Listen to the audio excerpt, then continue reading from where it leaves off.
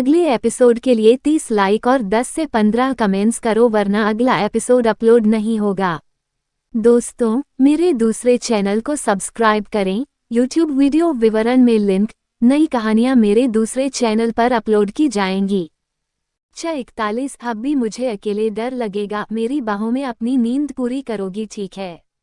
Hello friends, welcome to my YouTube channel Sam Pok story. Like, share, comment and subscribe for more episodes. Minimum 20 comments for next episode. वहीं अभय अब कसक की पूरे जिस्म को अपने हाथों से रब कर रहा था। उसके उभार को रब करते हुए अभय नीचे झुककर दूसरे उभार को मुंह में भरकर पीने लगा। अभय को ऐसा करना बहुत मजा दे रहा था। वही कसक को भी उसके जिस्म पर होने वाली झुरझुरी और अभय का उसकी उभार को पीना इस तरह उसे बहुत एक्साइट कर रहा था। उसने अभय के चेहरे को अपने सीने पर दबा दिया। कुछ देर कसक के उभार को पीने के बाद जैसे ही अभय ने अपने सिर को ऊपर उठाया वैसे ही उसकी नज़र बैग के क्राउन के बीच में लगी उस छोटे से कैमरे पर गई, जिसे देखकर अभय एक झटके से कसक से दूर हुआ और उसने तुरंत ही उस कैमरे को निकलकर कसकर नीचे ऐसे फेंका कि फर्श पर लगते ही कैमरा टूट गया। अभय की आंखों में गुस्सा साफ झलक रहा था। उसे समझते देर नहीं लगी कि ये किसकी हरकत हो सकती है। अभय की आंखें गुस्से से बिल्कुल लाल हो चुकी थी। ऐसा लग रहा था जैसे कि अभय की आंखों में खून उतर आया हो, लेकिन जैसे ही उसने कसक की तरफ देखा उसकी आंखें पहले की तरह बिल्कुल नॉर्मल हो गई। वह नीचे झुका और उसने कसक की माथे को चुमा और उसे ब्लैंकेट से कवर करते हुए बोला, बच्चा तुम सो जाओ, मैं अभी आता हूँ। इतना कहकर जैसे ही अभय मुड़ा, लेकिन तभी कसक ने अभय की हाथ को पकड़ते हुए उससे कहा, अब भी मुझे अकेले डर लगेगा। तभी अभय ने एक बार फिर से कसक की माथे को चुमा और उसकी नाक से अपनी नाक को रगड़ते हुए बोला, मेरा बच्चा, मैं बस 5 मिनट में आया। तुम सो जाओ, तुम्हारी नींद की आगोश में जाने से पहले तुम्हारा हक भी तुम्हारे पास होगा। तुम मेरी बाहों में अपनी नींद पूरी करोगी, ठीक है। अभय के इतना कहने पर कसक ने मासूमियत से अपने सिर को हाँ में हिलाया और उसने अभय का हाथ छोड़ दिया। अभय ने कसक को अच्छे से ब्लैंकेट में कवर किया और वो कमरे से बाहर निकालकर जैसे उसने कमरे का डोर लगाया और पलटा, उसकी आंखें एक बार फिर से गुस्से से सुर्ख लाल हो गई। वह दनाते हुए सीसीटीवी रूम की तरफ जा रहा था। उसने सीसीटीवी रूम के बंद दरवाजे को एक लात मारकर खोला और अंदर गया। उसने जैसे ही अंदर काशवी को बैठे हुए देखा और सामने अपने कमरे का चलता हुआ फुटेज देखा, उसका गुस्सा और बढ़ गया और वह तेज कदमों से काशवी के पास गया और उसने एक खींचकर काशवी के गाल पर थप्पड़ मारा, जिससे उसका चेहरा एक तरफ झुक गया। अभय ने गुस्से से चीखते हुए कहा, तो ये हरकत तुम्हारी है? क्या करना चाहती हो? यह फुटेज निकालकर बदनाम करना चाहती हो? कैसे बदनाम करोगी? यह फुटेज लिख कराकर या कसक के साथ मेरे जगह किसी और का फेस लगाकर कैसे करोगी, बताओ? ये कहते हुए लगभग अभय अपने दांत पीस रहा था। काशवी का चेहरा जो दूसरी तरफ झुक गया था, वह अभय की उसके कमरे में लगाई गई कमरे के बारे में सुनकर उसने अपना चेहरा एक झटके से ऊपर किया और अभय को देखा, लेकिन अभय को देखते ही वह सहम गई, क्योंकि अभय की आंखें पूरी तरह से सुर्ख लाल हो चुकी थी। अभय की आंखों में गुस्सा साफ झलक रहा था। काशवी सहम कर 2 कदम पीछे हुई तो अभय ने उसकी बांह को पकड़कर खींचकर अपने करीब करते हुए उसकी चेहरे से अपने चेहरे को सटाते हुए कहा, तुमने ये हरकत बहुत गंदी की है काशवी, और इसकी सजा तुम्हें मिलेगी।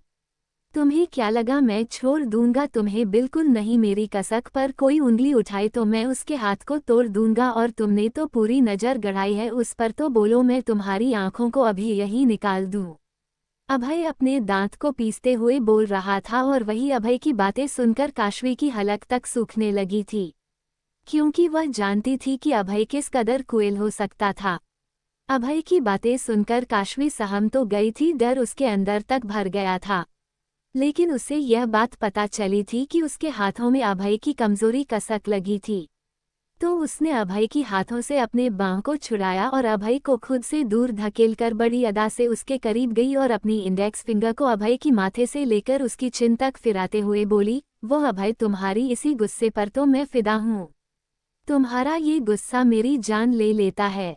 तुम्हें क्या लगता है मैंने ये सब क्यों देखा? सबसे पहली बात कि मैंने यह नहीं किया, ये तुम्हारे भाई और तुम्हारे दोस्तों ने किया है। क्योंकि उन्हें तुम दोनों को एक दूसरे के साथ देखना था। लेकिन एक बात कहूँ, यह मेरे काम आ रहा है। तुमने ठीक कहा, मैं इस फुटेज को 2-3 तरीकों से यूज कर सकती हूँ। पहले तो तुम्हारे और कसक की तुम्हारे चेहरे को दुनिया के सामने लाई बिना लिख करना, दूसरा तुम्हारे चेहरे पर किसी और के चेहरे को यूज करके कसक को बदनाम करना। तो बोलो मैं किस तरह से यूज करूं, और अगर तुम नहीं चाहते कि मैं ऐसा कुछ करूं तो तुम्हें कल के कल कसक को डाइवोर्स देकर मुझसे शादी करनी होगी, क्योंकि एक तरह से तुमने मुझे धोखा दिया है अपने अपाहिज होने का ये ड्रामा करके। तो अगर अब तुम मेरी बात नहीं मानते हो ना अभय, तो मैं इस फुटेज का इतनी बुरी तरीके से यूज करूंगी कि दुनिया के सामने तुम्हारी मासूम सी वह पागल वाइफ एक प्रोस्टिट्यूट बन जाएगी। जैसे ही काशवी के मुंह से कसक के लिए प्रोस्टिट्यूट शब्द निकला, अभय ने उसकी जबड़े को कस के भींचकर गुर्राते हुए उससे बोला, प्रोस्टिट्यूट? हाँ, प्रोस्टिट्यूट बनाना चाहती हो मेरी कसक को? तो चलो दिखाता हूँ प्रोस्टिट्यूट क्या होती है। तुम्हें बड़ा शौक है ना मेरी कसक को दर्द देने का, तो अब तुम जानोगी कि दर्द क्या होता है। तुम्हारी वजह से अब अगर मेरी कसक की एक नाखून में भी दर्द हुआ ना काशवी, तो तुम्हारी जिंदगी जहन्नुम बना दूंगा मैं। तुम्हें बड़ा शौक है ना मेरी बीवी बनने का, चलो तुम्हें चैलेंज दिया, कसक से मेरा डाइवोर्स करा कर दिखा दो। क्या बोलोगी? सबसे कसक की इज्जत उतारोगी? सीसीटीवी फुटेज लिख करके 1 मिनट। अभय ने काशवी के चेहरे को झटक कर खुद से दूर किया और सीसीटीवी सिस्टम के पास आया और उसने सारे सिस्टम को उठा कर नीचे पटकना शुरू कर दिया। काशवी भूत बनी अभय को देख रही थी कि जिस चीज को वह अपना हथियार बनाकर अभय को झुकाना चाहती थी, अभय उन सभी चीजों को तोड़ रहा था। तभी काशवी भी गुस्से से गुर्राते हुए अभय से बोली, तुम्हें क्या लगता है तुम इस फुटेज को बर्बाद करोगे तो मेरे पास तुम्हें पाने का कोई रास्ता नहीं बचेगा। तुम अभी भी मेरे हाथ की कठपुतली बन सकते हो अभय, क्योंकि तुमने सबके सामने अपनी अपाहिज होने का ड्रामा किया, वह मैं सबके सामने ले आऊंगी और तुम्हें मेरे सामने झुकना पड़ेगा, मुझसे शादी करना पड़ेगा। अभय अपने सामने खड़ी उस बीतते भर की लड़की की अपने आगे हिम्मत देखकर थोड़ा हैरान था, लेकिन फिर वो मुस्कुराते हुए काशवी की तरफ आगे बढ़ा और उसने एक झटके से काशवी की गर्दन को पकड़कर ऊपर हवा में ऊपर उठाते हुए दीवार से लगाकर कहा, मेरे रास्ते में आने की कोशिश मत करो, मारी जाओगी। तुम्हें अब तक मैंने इसलिए जिंदा छोड़ा हुआ था क्योंकि कल तक मैं तुमसे प्यार करता था, तुमसे शादी करना चाहता था, लेकिन जो प्यार और जिस शादी के सपने मैंने देखे थे ना, वह तुम में कभी नहीं मिले मुझे। लेकिन तुम्हें पता है, सिर्फ 2 दिन के रिश्ते में मुझे वह प्यार और एहसास मेरी बीवी में मिले हैं, और मेरी बीवी को सलामत रखने के लिए अगर मुझे तुम जैसे कीड़े को खत्म करना पड़े ना, तो मैं एक बार भी नहीं सोचूंगा।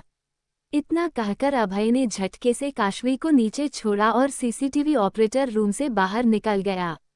अभी भी अभय का गुस्सा शांत नहीं हुआ था। वह तेज कदमों से चलते हुए हाल में आया और उसने तेज आवाज से चिल्लाते हुए कहा, आयुष, आयुष बाहर आओ। अभय के इतने तेज चिल्लाने की आवाज सुनकर आयुष, जो आराम से अपने बेड पर सो रहा था, वह धड़ाम से नीचे गिर गया। हाय, मेरी कमर, चोट लग गई। ये भाई इतनी रात को क्यों चिल्ला रहे हैं? 1 मिनट, कहीं भाई को पता तो नहीं चल गया कि हमने उनके रूम में कैमरा लगाया था? लेकिन हमने कुछ देखा नहीं, हम पहले ही हट गए थे। अब पता नहीं भाई हमारे साथ क्या करेंगे। अपने मन ही मन ये सब सोचते हुए आयुष जल्दी से उठा और कमरे से निकालकर भागते हुए हॉल की तरफ जाने लगा। अजी सुनिए, सुनिए, तो ये तो अभय की आवाज है ना? इतनी रात गए वो इतनी जोर से क्यों चिल्ला रहा है? बाहर हॉल से उसकी आवाज आ रही है, चलिए ना देखिए। सुनैना जी, जिनके कानों में अभय की चिल्लाने की आवाज गई, वह राजीव जी को हिलाकर उठाते हुए बोली। राजीव जी, जो गहरी नींद में सो रहे थे, वह सुनैना जी के उनको हिलाकर जगाने पर उठे। तब तक उन्हें भी अभय की चिल्लाने की आवाज उनके कानों में गई, तो वह दोनों ही हड़बड़ाकर कमरे से बाहर निकलने लगे। वही अभय की इतनी रात को इस तरह से चिल्लाने की आवाज सुनकर बुआ दादी, राघवेंद्र जी, सुनैना जी और राजीव जी भी कमरे से बाहर आ गए, और वही अभय के सारे फ्रेंड्स भी कमरे से बाहर आ गए। सिर्फ कसक और काशवी ही थी जो दोनों हॉल में नहीं आई थी। कसक नहीं आई थी क्योंकि वह अभय की सुलाने पर सो गई थी, और काशवी का अभय ने बुरा हाल कर दिया था। जैसे ही बुआ दादी, राघवेंद्र जी, राजीव जी और सुनैना जी हॉल में आए। अभय को अपने पैरों में खड़े देखकर उन्हें अपनी आंखों पर विश्वास नहीं हो रहा था। उन्हें लग रहा था कि वो कोई सपना देख रहे हैं। हाँ भाई बोलिए। जैसे ही अभय को आयुष की आवाज सुनाई दी उसने देखा आयुष भागते हुए उसके पास आ रहा है। अभय जिससे आयुष 2 कदम की दूरी पर था। अभय तेज कदमों से उसके पास गया और अभी आयुष संभालता उससे पहले ही अभय ने उसके गाल पर एक जोरदार तमाचा खींचकर मारा जिससे आयुष का चेहरा दूसरी तरफ झुक गया और उसके गाल पर अभय की हाथ की 5 उंगली की निशाना बन गई। वही यह नजारा देखकर मानो सबके पैरों तले नीचे जमीन खिसक गई। क्योंकि अभय के लिए आयुष सिर्फ उसका छोटा भाई नहीं था बल्कि उसके लिए आयुष उसका पहला बच्चा था। और उसने इतने सालों में कभी आयुष पर एक उंगली नहीं रखी थी और आज सीधे उसके गाल पर थप्पड़ जड़ दिया था। आयुष अपने गाल को पकड़े अभय को देख रहा था। तभी अभय ने उसके टी शर्ट के कॉलर को पकड़कर उसके चेहरे को अपने चेहरे के करीब लाते हुए दांत पीसते हुए बोला, तूने क्या किया? तू मेरे लिए मेरा भाई नहीं मेरा बेटा है और तू अपनी भाभी को बिना कपड़ों के देखना चाहता था। तू करना क्या चाहता था? तूने कैमरा क्यों लगाया मेरे कमरे में? तू क्या देखना चाहता था कि हम दोनों कैसे अपनी फर्स्ट नाइट एंजॉय कर रहे हैं? मैं कैसे कसक के कपड़े उतार रहा हूँ या वो मेरे कपड़े उतार रही है? क्या देखना क्या चाहता था तू? अभय के मुंह से निकली इस तरह की बातें सुनकर बुआ दादी, राघवेंद्र जी, राजीव जी और सुनैना जी हैरानी से आयुष की तरफ देख रहे थे। रानी कुमारी, ऋतिका अग्निवंशी, ऋतिक कुशवाहा 96, आथव, सुचिता सिंह। डेंजर गर्ल मैंने अपने नॉवेल चैप्टर में प्रमोशन करना छोड़ दिया है। आप मेरे चैनल पर आकर मुझे डम करो, मैं आपके नॉवेल को अपने चैनल पर प्रमोट कर दूंगी। नीरज अग्रवाल आपने जो कहा थैंक्स कि आपने मुझे सजेशन दिया और वैसे भी आप लोग जो कमेंट में मुझे सजेशंस देते हो और अपने थॉट्स बताते हो मैं उन्हें आगे के चैप्टर में कंटिन्यू करने की कोशिश करती हूँ। बिकॉज मैं पहले से प्लॉट करके नहीं लिखती इसलिए आप लोगों की कमेंट्स पढ़कर मुझे जैसे चैप्टर लिखने का सीन मेरे दिमाग में आता है मैं वैसे लिखती हूँ। तो आपने पढ़ा होगा कि आयुष और उनके मेल फ्रेंड्स जो थे वो कसक की बाथरूम में जाते ही वहां से चले गए थे और नीली और जो सोनिया का कैरेक्टर है वह भी कसक के बाथरूम से बाहर आते ही उसे सब कुछ समझकर सीसीटीवी फुटेज डिलीट करने के बाद उन्होंने कैमरा ऑफ करके सीसीटीवी ऑपरेटर रूम से वह भी बाहर चली गई थी और काशवी का सीसीटीवी रूम का जो सीन था वह मैंने एक रीडर है अर्थ वह उनके सजेशन पर लिखा है। लेकिन उस सीन के अकॉर्डिंग आगे के चैप्टर में आपको एक सेटिस्फैक्शन वाला चैप्टर पढ़ने को मिलेगा। तब आप मुझे बताना कि वह चैप्टर आपको कैसा लगा और हाँ प्लीज़ उस चैप्टर में भी आप ऐसी मुझे कमेंट करके बताना। इससे आगे जानेंगे कि आगे इस कहानी में क्या होगा। लेकिन उसके लिए आप सबको पढ़नी पड़ेगी मेरी ये कहानी। जब 42 कसक के इज्जत की आती हैं तो मैं किसी को नहीं छोड़ूंगा। Hello friends, welcome to my YouTube channel Sam Pok story. Like, share, comment and subscribe for more episodes. Minimum 20 comments for next episode. हाँ भाई बोलिए। जैसे ही अभय को आयुष की आवाज सुनाई दी उसने देखा आयुष भागते हुए उसके पास आ रहा है। अभय जिससे आयुष 2 कदम की दूरी पर था। अभय तेज कदमों से उसके पास गया और अभी आयुष संभालता उससे पहले ही अभय ने उसके गाल पर एक जोरदार तमाचा खींचकर मारा जिससे आयुष का चेहरा दूसरी तरफ झुक गया और उसके गाल पर अभय की हाथ की 5 उंगली की निशाना बन गई। वही यह नजारा देखकर मानो सबके पैरों तले नीचे जमीन खिसक गई। क्योंकि अभय के लिए आयुष सिर्फ उसका छोटा भाई नहीं था बल्कि उसके लिए आयुष उसका पहला बच्चा था। और उसने इतने सालों में कभी आयुष पर एक उंगली नहीं रखी थी और आज सीधे उसके गाल पर थप्पड़ जड़ दिया था। आयुष अपने गाल को पकड़े अभय को देख रहा था। तभी अभय ने उसके टी शर्ट के कॉलर को पकड़कर उसके चेहरे को अपने चेहरे के करीब लाते हुए दांत पीसते हुए बोला, तूने क्या किया? तू मेरे लिए मेरा भाई नहीं मेरा बेटा है और तू अपनी भाभी को बिना कपड़ों के देखना चाहता था। तू करना क्या चाहता था? तूने कैमरा क्यों लगाया मेरे कमरे में? तू क्या देखना चाहता था कि हम दोनों कैसे अपनी फर्स्ट नाइट एंजॉय कर रहे हैं? मैं कैसे कसक के कपड़े उतार रहा हूँ या वो मेरे कपड़े उतार रही है? क्या देखना क्या चाहता था तू? अभय के मुंह से निकली इस तरह की बातें सुनकर बुआ दादी, राघवेंद्र जी, राजीव जी और सुनैना जी हैरानी से आयुष की तरफ देख रहे थे। आयुष की नजरें अभय के सवाल सुनकर झुक चुके थे। वो अभय से कुछ कह नहीं पा रहा था, लेकिन फिर उसने थोड़ी हिम्मत करके अपनी लड़खड़ाती हुई आवाज में अभय से कहा, भाई हमने ऐसा कुछ नहीं चाहा था। तो क्या चाहा था तुमने? क्या जरूरत थी तुम्हें मेरे कमरे में कैमरा लगाने की? देखो आयुष, तुम मेरे लिए मेरे बेटे हो, मैं तुम्हारी हर गलती माफ कर सकता हूँ, लेकिन बात अगर कसक के इज्जत की आती है तो मैं किसी को नहीं छोड़ूंगा। इतना कहकर अभय ने आयुष को झटके से खुद से दूर झटक दिया। अभी भी अभय का गुस्सा शांत नहीं हुआ था। वो आयुष और बाकी सबको बुरी तरह से घूर रहा था।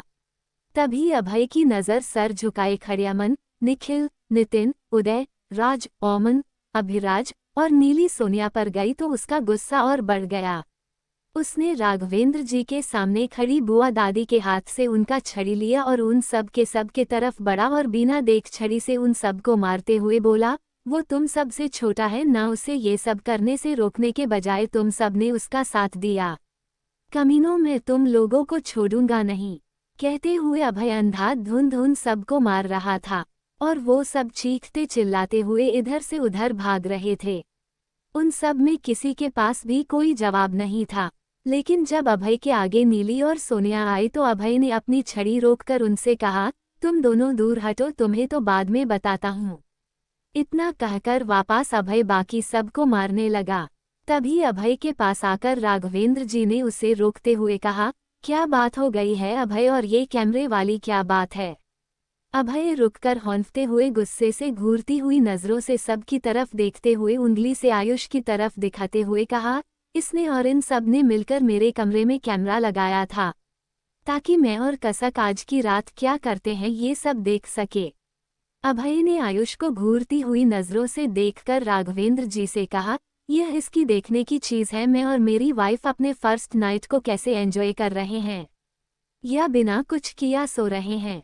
इन सब ने उस मासूम सी बच्ची को पता नहीं क्या क्या सिखाया है।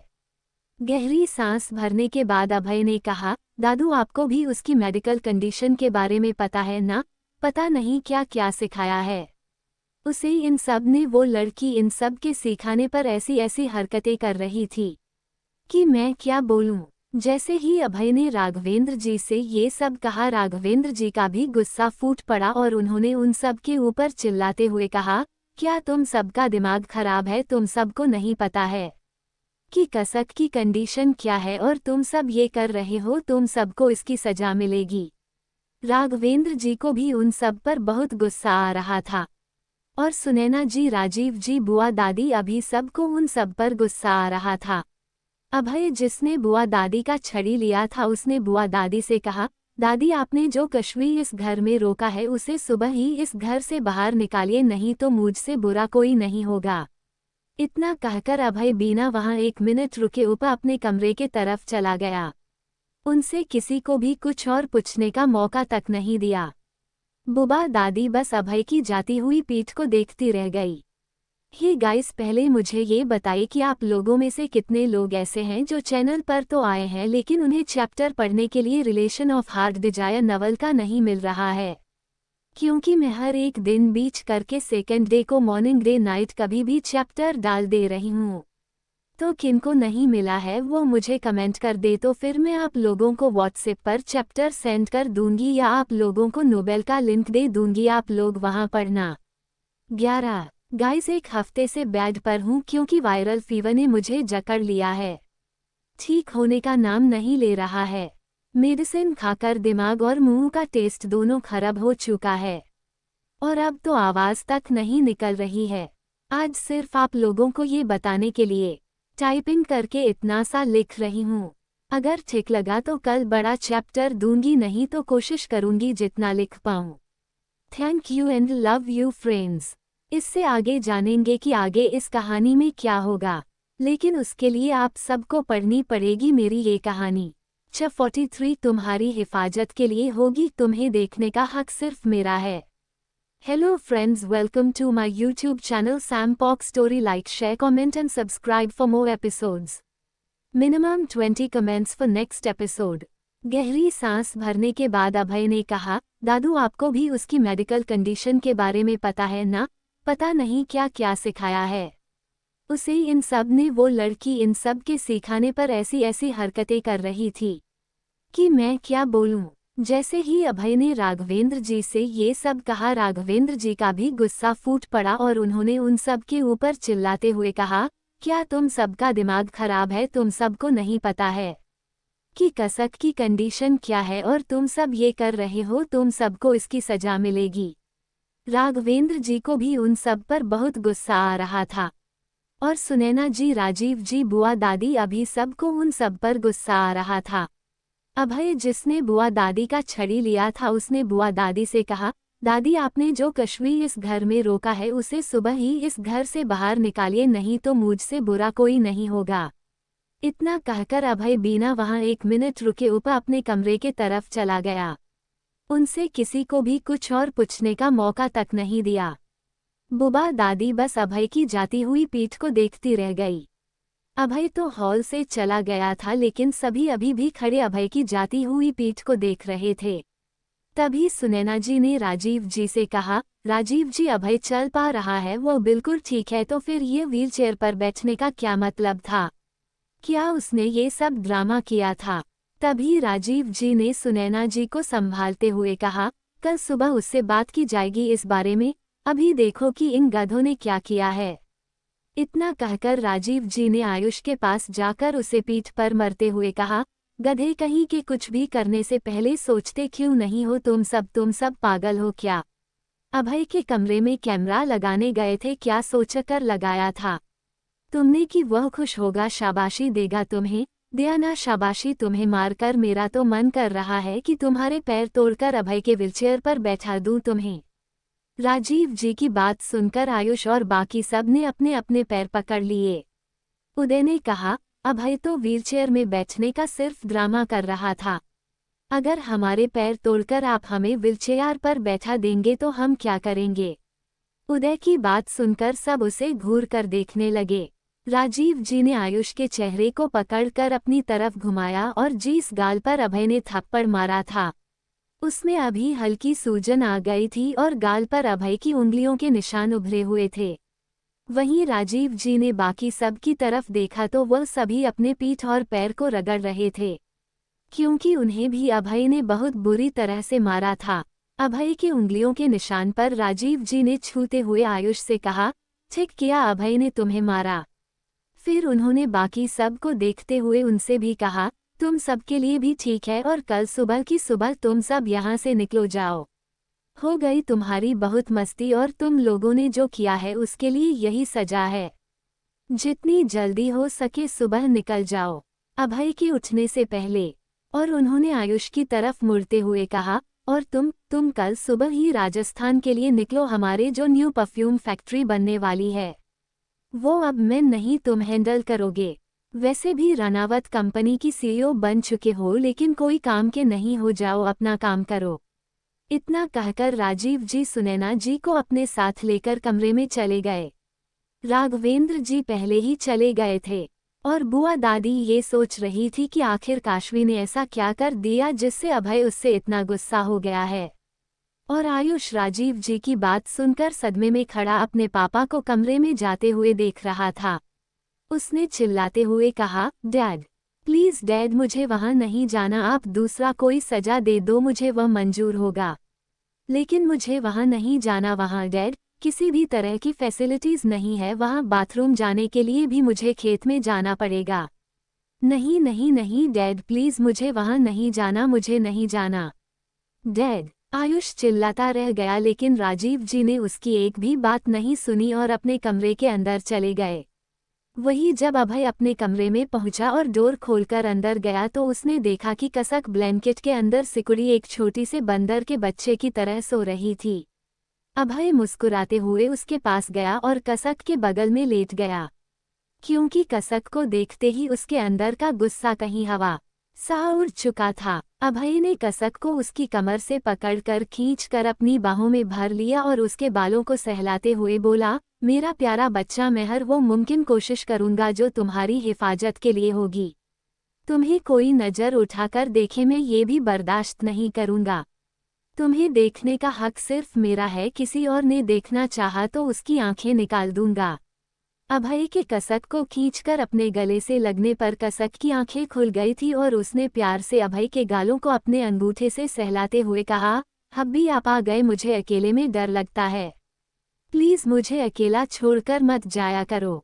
अभय ने झुककर कसक के दोनों गालों को पकड़कर किस किया और उसके नाक से नाक टच करते हुए बोला, कहीं नहीं जाऊंगा, मैं अपनी बीवी को छोड़कर कहीं नहीं जाऊंगा, अब ठीक है। कसक मुस्कुराए और वापस से उसने अभय के सीने पर अपना कर रख दिया और आंखें बंद करते हुए बोली, मेरे अच्छे हब्बी। उसकी बातें सुनकर अभय मुस्कुराने लगा, लेकिन जैसे ही कसक की गहरी सांस उसे सुनाई दी, अभय के होठों की मुस्कान फीकी पड़ती गई और उसके चेहरे पर फिर से वही गुस्सा नजर आने लगा। उसने साइड टेबल से अपना फोन उठाया और उसने मानिक को कॉल किया। अभी रात के 2:30 बजे बज रहे थे और मानिक वह जाग रहा था। अपने घर पर उसे भी नींद नहीं आ रही थी। जैसे ही उसके फोन की रिंग बजी, उसने फोन देखा, अभय का नाम फ्लैश हो रहा था। उसने रिसीव किया और कहा, बोल अब क्या करना है। अभय ने सख्त लहजे में कहा, तूने काशवी का इंतजाम कर दिया है। मानिक ने कहा, हाँ बिल्कुल, बस कल का इंतजार है। अभय ने कहा, तू चाहे जो कर, वो तेरी मर्जी, लेकिन उसमें एक चीज ऐड कर जो मैं चाहता हूँ। इतना कहकर मानिक को क्या करना है और कैसे करना है, अभय ने उसे सब कुछ समझाया और फोन कट कर दिया और उसने वापस से कसक को कस के अपनी बाहों में भरकर खुद अपनी आंखों को बंद करके सोने की कोशिश करने लगा।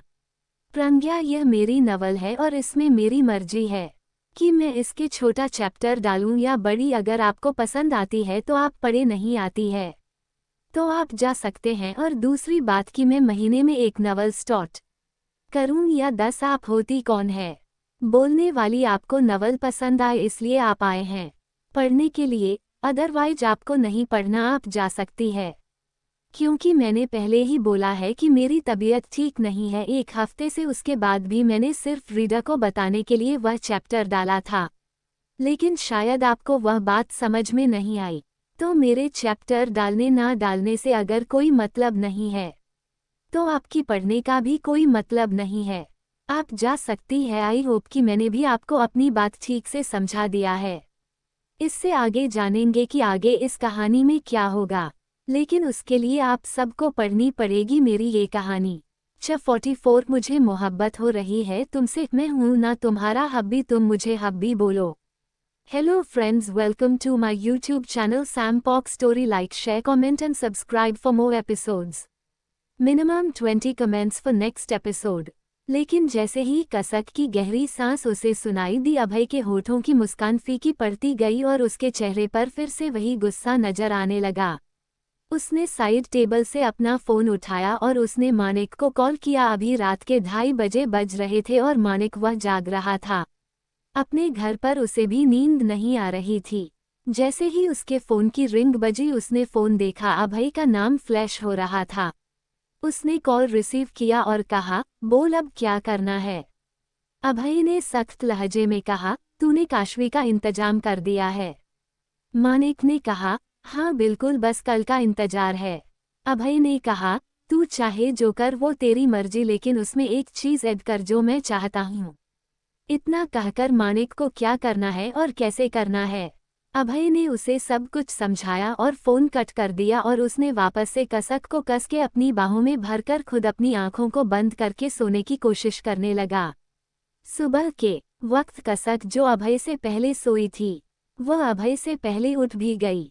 क्योंकि अभय जो अपनी डेली रूटीन के अकॉर्डिंग उठता था, वह आज उठा ही नहीं, क्योंकि उसे कसक की बाहों में बहुत सुकून की नींद आई थी और अभी वह खुद कसक के ऊपर सो रहा था और उसने अपना चेहरा कसक के सीने पर छुपाया हुआ था।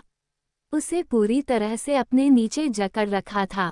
जब कसक को अपने ऊपर कुछ भारी सा महसूस हुआ तो उसने अपना चेहरा नीचे करके अभय की चेहरे को अपने सीने में देखा तो उसने अपना हाथ बढ़ाकर उसकी गाल को छुआ और फिर कहा, यह मेरा गुड्डू भी ना मुझे अपने नीचे दबा देगा। गुड्डू अभी उठो, मैं चपटी हो जाऊंगी आपके नीचे। अभय को कसक का छूना अच्छा लग रहा था। लेकिन जैसे उसने गुड्डू कहा अभय का एक्सप्रेशंस चेंज हो गया और उसने झट से आंखें खोलकर कसक के दोनों हाथों को पकड़कर कस के बेड पर दबाते हुए कहा, ये गुड्डू कौन है? बार बार ये गुड्डू गुड्डू क्यों करती हो? मैं हूं ना तुम्हारा हब्बी, तुम मुझे हब्बी हब्बी बोलो ना। गुड्डू गुड्डू मत बोलो, मुझे चिढ़ होती है। तुम्हारे मुंह से यह गुड्डू नाम सुनकर पता नहीं कौन है जो मेरा सौतन बना बैठा है। एक बार मिल जाए वो साला, उसे तुम्हारा भाई बना दूंगा और मेरे बच्चों का मामू। अभय के मुंह से ये सब सुनकर कसक आंखें फाड़े उसे देख रही थी। फिर कसक ने अभय को अपने ऊपर से धक्का देते हुए कहा, आप हो मेरे गुड्डू, मेरे हब्बी, मेरे गुड्डू। इतना कहकर कसक जैसे बेड से उठाना चाहती थी। अभय ने उसका हाथ पकड़कर वापस से बेड पर खींच लिया। जैसे ही कसक बेड पर गिरी अभय उसके ऊपर आ गया और उसने कहा, नहीं, मुझे कोई गुड्डू नहीं सुनना, मुझे सिर्फ तुम्हारे मुंह से हब्बी सुना है। तुम्हारे मुंह से मेरे लिए सिर्फ हब्बी निकलना चाहिए और कुछ नहीं, और सिर्फ मेरे लिए, क्योंकि मैं तुम्हारा हब्बी हूं ना। कसक ने अभय को कुछ देर देखते रहने के बाद कहा, आप इतने बड़े होकर ऐसे बच्चों जैसी जिद क्यों कर रहे हो जैसे मैं करती हूँ? आप तो इतने बड़े हो हब्बी। अभय अपना चेहरा कसक के चेहरे के पास ले गया और उसके चेहरे पर अपनी गर्म सांस छोड़ते हुए सरगोशी भरी आवाज में बोला, क्योंकि मुझे ये बिल्कुल बर्दाश्त नहीं है कि मेरी बीवी किसी और का नाम ले। मेरी बीवी के मुंह से मुझे सिर्फ अपना नाम सुनना है, हब्बी कहो ना। कसक ने भी बिना कोई नखरे दिखाए अभय की आंखों में प्यार से देखते हुए कहा, हब्बी, आप मेरे अच्छे हब्बी हो। कसक की मुंह से बार बार हब्बी सुनना अभय को बहुत अच्छा लग रहा था, तो उसने कहा, एक बार और कहो। कसक ने फिर कहा, मेरे अच्छे हब्बी। अभय ने प्यार से कसक के पूरे चेहरे पर किस करते हुए कहा, एक बार फिर से कहो। कसक ने भी अभय की तरह उसके चेहरे को पकड़ा और उसे पिंच करते हुए दोनों तरफ घूमते हुए कहा, आप मेरे बहुत अच्छे हब्बी हो, आप मुझे डांटे भी नहीं हो और मुझे इतना सारा प्यार करते हो। इतना कहकर कसक ऊपर उठी और अभय के माथे को चुम्मा, फिर उसके दोनों गालों को चुमा, उसके दोनों आंखों को और फिर नाक को चूमकर हटने लगी तो अभय ने कसक की उंगली पकड़कर अपने होठों पर रखते हुए कहा, और यहाँ कौन करेगा, मैं इंतजार कर रहा हूँ, यहाँ करो।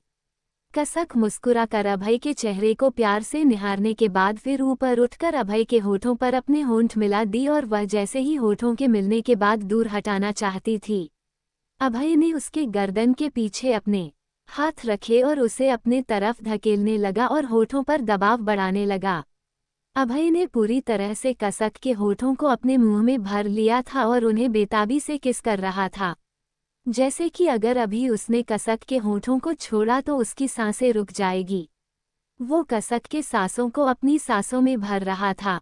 कुछ देर तो अभय की इस बेताबी भरी किस को कसक झेल नहीं पाए और उसने खुद को अभय से छुड़ाने की कोशिश की, लेकिन जब वह खुद को छुड़ा नहीं पाई तो उसने खुद को ढीला छोड़ दिया और कसक का खुद को ढीला छोड़ने का मतलब था अभय का उसके ऊपर हावी होना। अभय पूरी तरह से कसक के ऊपर छा गया और उसे बेताबी से किस करने लगा।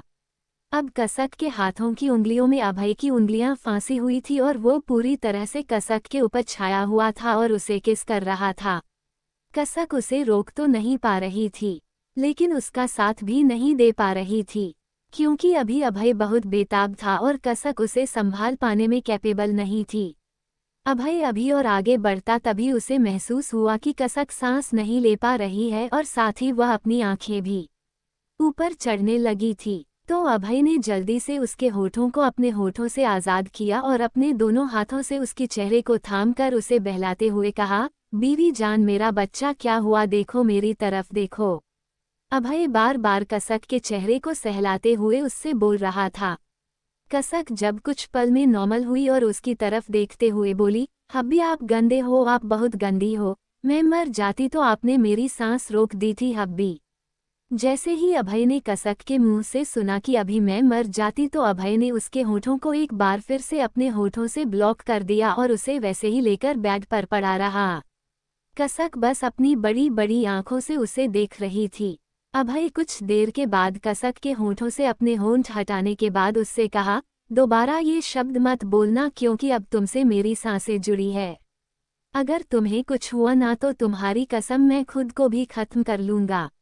अभय जानता था कसक के सामने इन बातों का बोलने का कोई मतलब नहीं है। कसक इन बातों को समझने में अभी बहुत छोटी है, लेकिन फिर भी वह ये शब्द कसक से कहने से खुद को रोक नहीं पाया। उसने प्यार से कसक के माथे से अपने माथे को जोड़कर कहा, तुम में कुछ तो बात है कसक, मैं खुद को तुम्हारे करीब आने से रोक नहीं पा रहा हूँ। जहाँ मुझे तुम्हारी बहन से नफरत हो रही है, वही तुम्हें कुछ खिंचाव सा महसूस हो रहा है और तुम्हारी तरफ में खींचता चला जा रहा हूँ। मुझे मोहब्बत हो रही है तुमसे। आज तक अभय रानावत ने कभी किसी लड़की की तरफ आंख उठाकर नहीं देखा था, लेकिन आज वही अभय रानावत तुम्हारी आगे मजबूर हो रहा है। ऐसा क्यों हो रहा है मेरे साथ? अभय अपने ही सवाल पर मुस्कुराने लगा, क्योंकि उसके नीचे दबी उसकी लिटिल गर्ल उसके इन सवालों का कोई जवाब नहीं दे रही थी। अभय कसक के ऊपर से हट गया और उसने ब्लैंकेट हटाया ताकि कसक भी उठ सके, लेकिन कसक के जिस्म को देखकर एक बार फिर से अभय सेड्यूस होने लगा था, क्योंकि अभी भी कसक ने रात वाली हॉट नाइटी पहन रखी थी। अभय ने कस के अपनी आंखें बंद की और कहा, आयुष के बच्चे, तुझे सिर्फ एक थप्पड़ नहीं मारना चाहिए था, तुझे तो मारकर तेरे हाथ तोड़ देने चाहिए थे, जिससे तूने मेरी बीवी को ये गिफ्ट दिया था। रुका रहा हूँ नीचे तुझे और बताता हूँ। इतना कहकर अभय ने प्यार से कसक के गालों को चुमा और कहा, जाकर यह कपड़े चेंज करो और एक अच्छा सा सूट पहनकर आओ, फिर हम नाश्ते के लिए चलते हैं। कसक ने भी अभय की गाल पर अपने होंठ रखते हुए शरारत से कहा, कल की तरह आप नहला दो ना, आपने बहुत अच्छा नहलाया था, मुझे बहुत अच्छा लगा था। कसक अभय को देखकर मुस्कुरा रही थी। वही कसक के इतना कहने पर अभय भी उसे देखकर मुस्कुराया और बैग से उठकर खड़ा हो गया। फिर उसने कसक के आगे अपना हाथ फैलाया तो कसक की छोटे से बच्चे की तरह उछलकर अभय की गोद में चढ़ गई और अभय उसे वैसे ही लेकर बाथरूम में चला गया। उसने कसक की नाइटी उतरी और डस्टबिन में ऐसे फेंककर मारा जैसे वो नाइटी नहीं आयुष हो। फिर खुद से ही बोला, मैं अपनी पसंद की नाइटी तुम्हें पहनाऊंगा जब तुम बड़ी हो जाओगी, जब मैं इन्हें उतर सकूं खुद से और तुम्हें प्यार कर सकूं। अभय को खुद से बड़बड़ाते देख कसक ने कहा, हब्बी नहलाओ ना, मुझे भूख लगी है। अभय ने सवार ऑन किया और कसक को नहलाना शुरू कर दिया। कुछ देर के बाद जब उसने कसक को नहला दिया तो स्लैब से टॉवल उठाया और उसमें कसक को लपेटकर बाथरूम की स्लैब पर बैठाते हुए कहा, यहाँ पर चुपचाप से बैठी रहना, मैं नहा लेता हूँ। फिर अभय ने अपने सारे कपड़े उतारकर डस्टबिन में डाला और एक टॉवल उठाकर अपने जिस्म पर लपेटकर खुद नहाने के लिए शॉवर के नीचे खड़ा हो गया। उसने ऐसा इसलिए किया क्योंकि अगर वह पूरी तरह से नेकड होकर नहाता तो शायद अभी कसक उसके बड़े इंजेक्शन को देखकर कुछ ना पूछती तो जरूर, और अभी उसके किसी सवाल का जवाब नहीं देना चाहता था। इसलिए अभय उसकी तरफ पीठ करके ही नहा रहा था।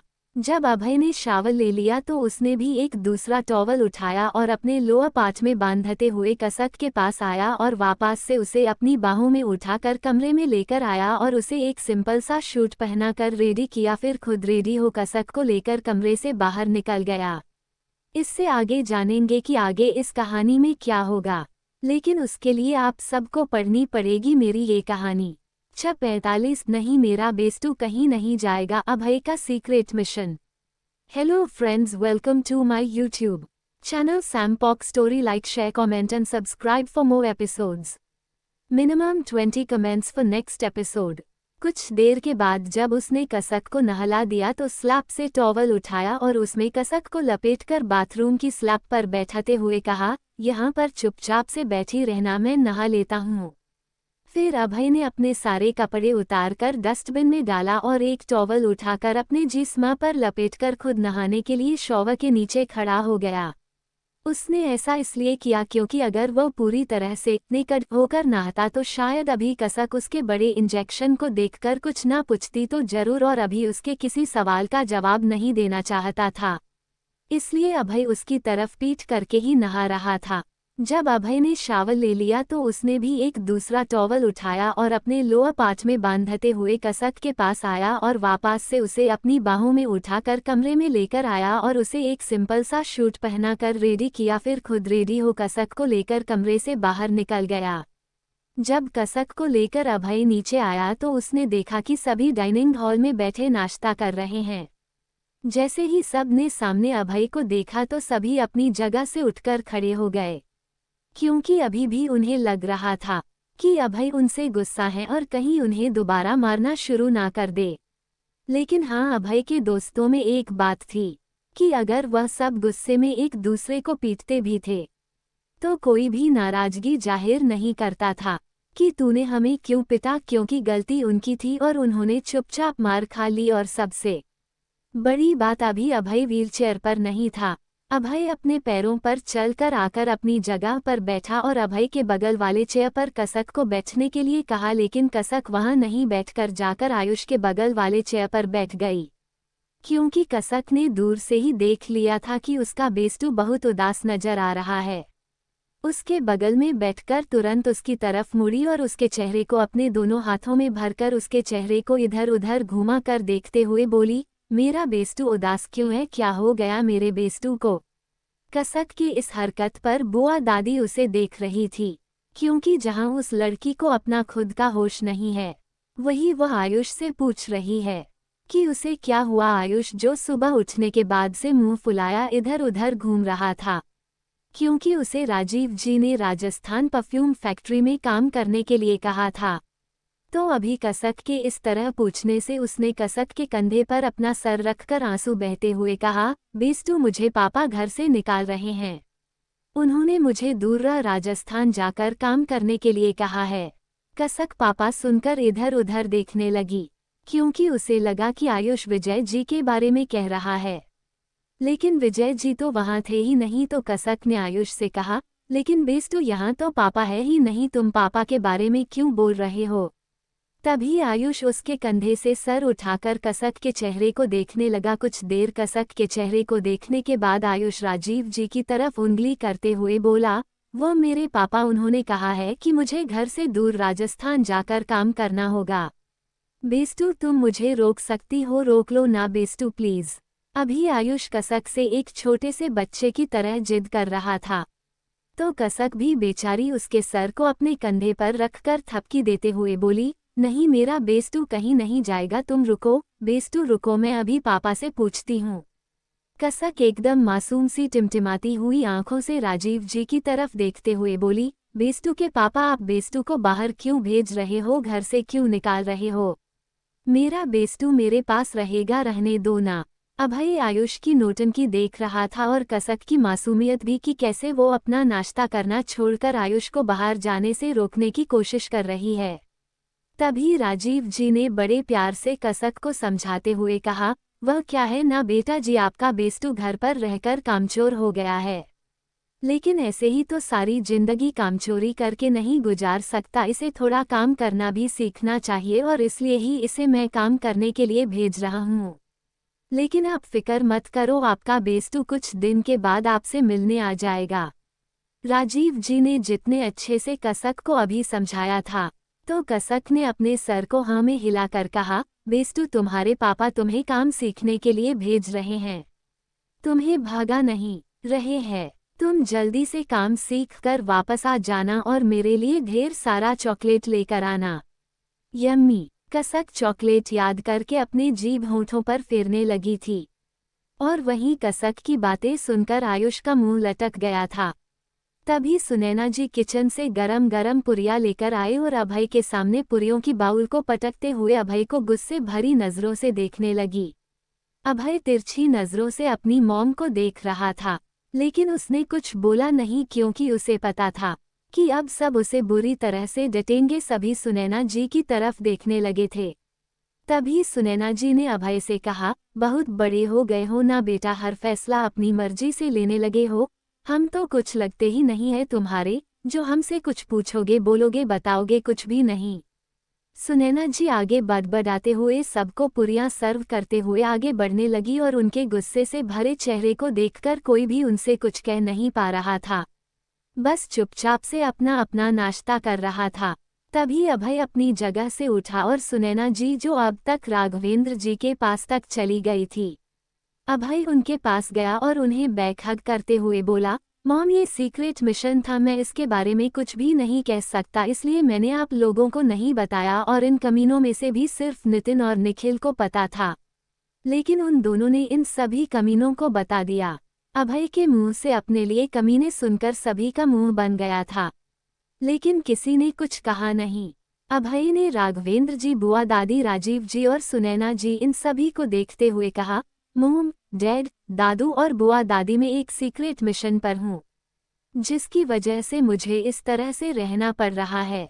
मैं अभी कुछ नहीं कह सकता, लेकिन हाँ, जैसे ही सब ठीक हो जाएगा मैं आप लोगों को सब चीज़ बता दूंगा।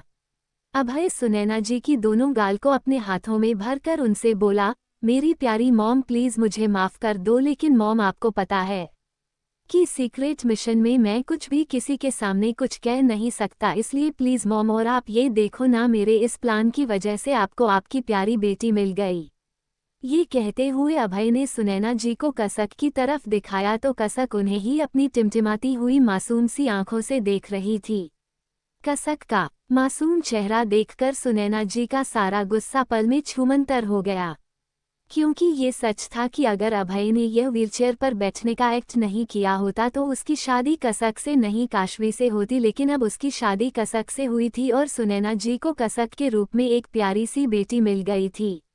इसलिए वो अभय के गाल को चूमते हुए बोली, हाँ, इसके लिए मैं तुम्हें माफ़ कर सकती हूँ, क्योंकि तुम्हारे वजह से मुझे एक प्यारी सी बेटी मिली है, लेकिन तुम्हें हमें सब चीज़ शुरू से बताना होगा। अभय सुनैना जी के गले लगकर बोला, ऑफ कोर्स मॉम, मैं पूरी बात आप लोगों को बताऊंगा। तभी सुनैना जी ने प्यार से अभय को चेयर पर बैठाया और कहा, चलो नाश्ता कर लो। अभय अब अपना नाश्ता करने लगा। वही कसक को उसके बगल में बैठा आयुष अपने हाथों से खिला रहा था। अभय ने नाश्ता करते हुए उससे कुछ दूरी पर बैठकर नाश्ता कर रहे ओमन को देखकर कहा, ओमन, मैंने विजय अंकल को कसक की रिपोर्ट्स हॉस्पिटल लाने के लिए कह दिया है और अभी मैं तेरे साथ कसक को लेकर हॉस्पिटल जाऊंगा। ओमन ने अभय की बात सुनकर एक बार कसक के तरफ देखा और हाँ में अपना सर हिलाया और अपना नाश्ता करने लगा। वही अभी सभी बातों को भूलकर नाश्ता कर ही रहे थे जब वहां काशवी आई। काशवी का एक साइड का गाल फूलकर पाव रोटी की तरह हो गया था।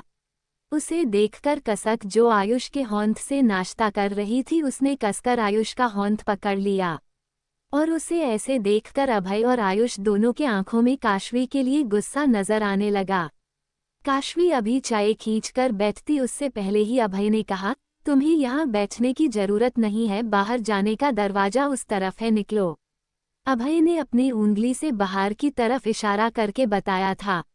वही अभय की इस तरह कहने से काशवी का गुस्सा 7वें आसमान पर पहुंच गया था, लेकिन वह कुछ कर नहीं सकती थी। उसने अभय को देखकर दांत पीसते हुए खुद से कहा, अभय, तुम बहुत पछताओगे, तुम मेरे साथ जैसा सुलूक कर रहे हो ना, अगर मैंने तुम्हारे साथ इससे भी बुरा सुलूक ना किया तो मेरा नाम भी काशवी चौधरी नहीं। वही अभय काशवी की दिमाग में चल रहे ख्यालों से अनजान नहीं था। उसने खुद के मन में कहा, तुम इस घर से बाहर तो निकलो, देखो फिर तुम्हारे साथ क्या होता है। अगर तुमने जीते जी इन दोनों नरक नहीं भोगी तो मेरा नाम भी अभय रानावत नहीं। रानावत हवेली से निकलने के बाद क्या होने वाला है काशवी के साथ, और क्या आयुष राजस्थान जाएगा तो क्या होगा उसके साथ राजस्थान में, बदले की आयु उसकी जिंदगी, और क्या इंतजार कर रहा है आयुष का उसकी जिंदगी का, वह सुनहरा लम्हा जिसका इंतजार है उसे बेइंतहा। इससे आगे जानेंगे कि आगे इस कहानी में क्या होगा, लेकिन उसके लिए आप सबको पढ़नी पड़ेगी मेरी ये कहानी।